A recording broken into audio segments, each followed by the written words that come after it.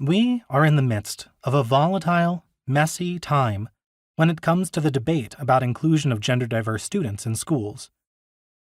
Polarizing political debates abound, and legal challenges to gender-affirming healthcare are at an all-time high. Parental support of gender-diverse children is, in some places, viewed as child abuse. Without question, this volatility is painful to watch and is harmful to children. Even as this occurs, I can't help but contrast it with what I witness day in and day out in school districts everywhere. After more than 15 years of engaging with school districts in conservative and liberal communities throughout the United States, I see consistent progress and burgeoning understanding. This is the lens through which I've written this book. It is what provides me with confident optimism that we can continue this progression and look after these students in the ways they need. Many listeners may be tempted to skip ahead to chapters addressing present-day controversies, bathrooms and sports, for example, that come later in the book. If you do skip ahead, I strongly encourage you to circle back to the earlier chapters.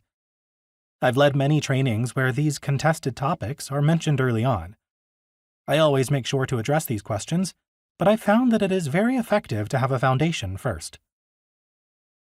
What educators and parents often have in common is a wish for a checklist, something that tells them what to do and when to do it. This wish is understandable, yet not entirely realistic. It is important that we figure out what to do in the immediate future and that we commit to this learning. We need to implement some of the long-range, systemic changes that will allow us to move out of a time of controversy and volatility.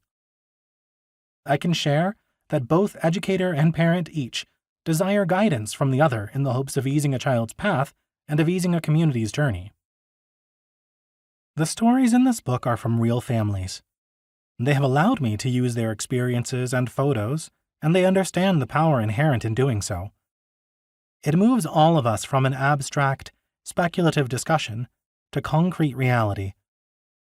Anecdotes from educators within schools are included and present real situations and actual conversations.